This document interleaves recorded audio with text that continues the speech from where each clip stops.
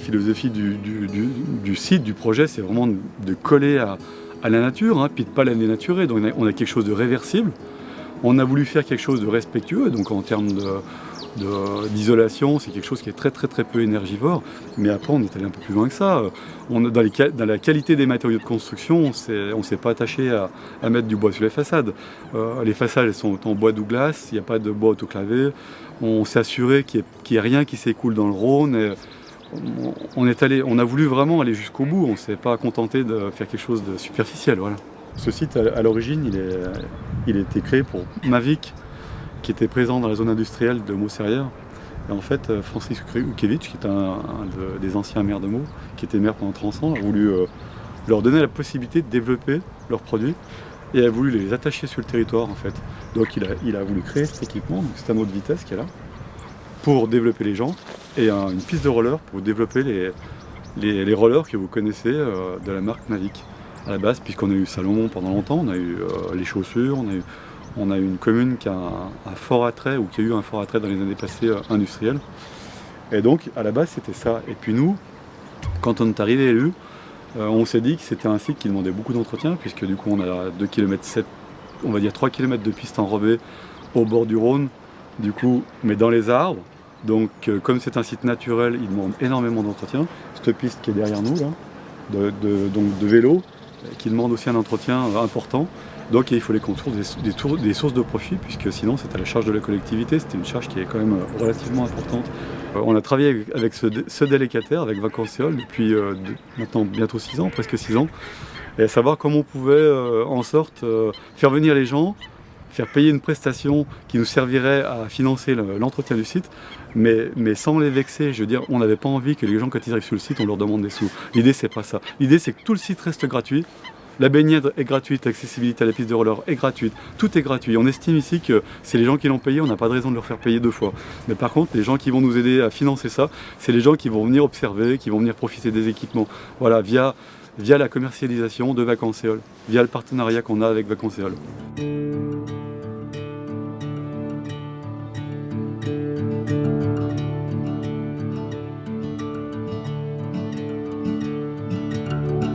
Allez, je vous emmène visiter la cabane du Grand Colombier.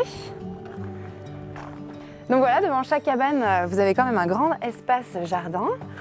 En haut des marches, la terrasse de 25 mètres carrés et puis sur laquelle se trouve le bain nordique fumant, une eau chauffée à 38 degrés, voilà, donc avec des bancs, un moment calme, on s'immerge, il n'y a pas de boutons, de remous comme un jacuzzi et ça sent bon le cèdre rouge, c'est l'essence du bois qui est utilisée. Et puis après, on arrive dans la cabane spa. Bienvenue chez vous. Mon idée, c'était d'offrir un hébergement nature, en bois, français, insolite, puisque c'est un peu ce qui plaît en ce moment, dans un cadre naturel incroyable au port de Virignan.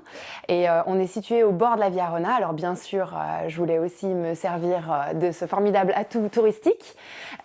Donc j'ai 2 types d'hébergements. J'ai les tentes lodge, qui sont vraiment plus tournées pour la clientèle justement en itinérance sur la Via Arona. Et puis on a les cabanes spa, une dans lesquelles je me trouve, et qui sont vraiment plus confortables pour rester plus longtemps en famille, entre amis, et profiter du bain nordique privatif sur la terrasse. Moi, j'ai répondu à un appel à projet en fait, de la communauté de communes Bugey Sud qui travaille donc avec la CNR.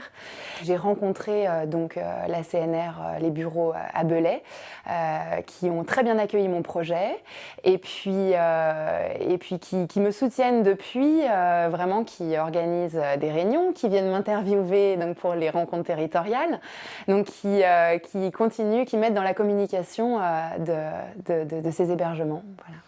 On a l'impression que ça a toujours été comme ça, que les bateaux ont toujours été ici, alors que finalement c'est un lieu qui a moins de 10 ans. Et les clients, la plupart du temps, bien sûr, ne connaissent pas. Même les gens d'ici ne le connaissent que très peu, le port d'Irignan. Donc voilà, mais ça plaît, le calme plaît beaucoup. Et puis bien sûr, ce rapport à la nature, quoi. On est en pleine immersion. Alors la communauté de communes, pour le coup, elle a vraiment participé au financement du projet. Elle a participé au financement des cabanes spa et des tentes lodge. donc quand même à près de 80 000 €. Donc c'est un gros soutien financier de la communauté de communes. Je suis locataire aussi de la capitainerie qui leur appartient et qui me sert de bureau d'accueil, de salle aussi hors sac pour les petits déjeuners. Donc voilà. Et puis pareil, au même titre que la CNR, on a un vrai soutien en amont et en aval de la réalisation du projet, puisque voilà, ils me soutiennent, ils me font participer à diverses actions voilà, pour être de plus en plus connus.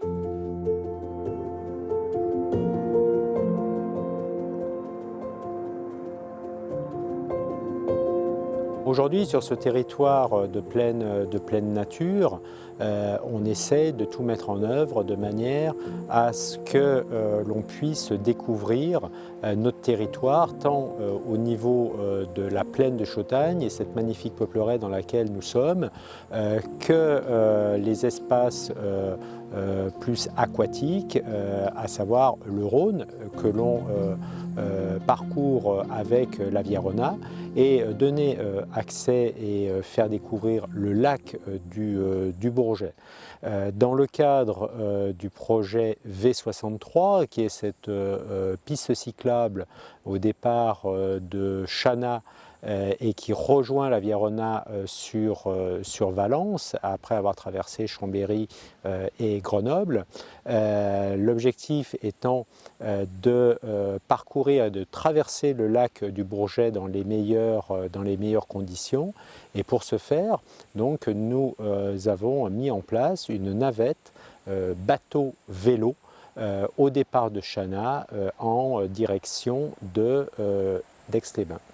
L'objectif de cette navette, qui est quelque chose qui est nouveau et qui a très bien fonctionné sur l'année 2019, est en effet la reconversion, on va dire, d'un bateau passager vers cette navette bateau-vélo, et un travail, on va dire même au-delà de cette navette, de verdir la motorisation de nos bateaux passagers sur le lac du Bourget.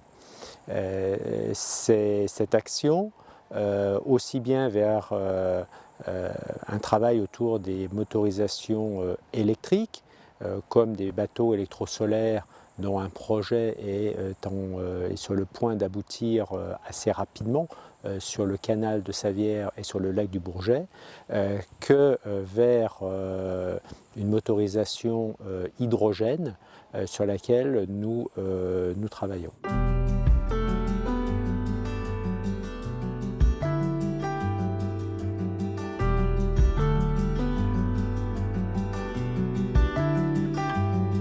Alors ici on est sur le parcours pêche famille du Rhône à Yenne, un parcours qu'on a développé grâce à des partenariats dont la CNR qui nous a soutenus à hauteur de 30% sur tout le parcours, toute la création du parcours, mais aussi la région, la communauté de communes, la fédération nationale et l'ensemble des collectivités piscicoles, parce que le parcours est géré par l'Ain, mais on est sur un territoire savoie.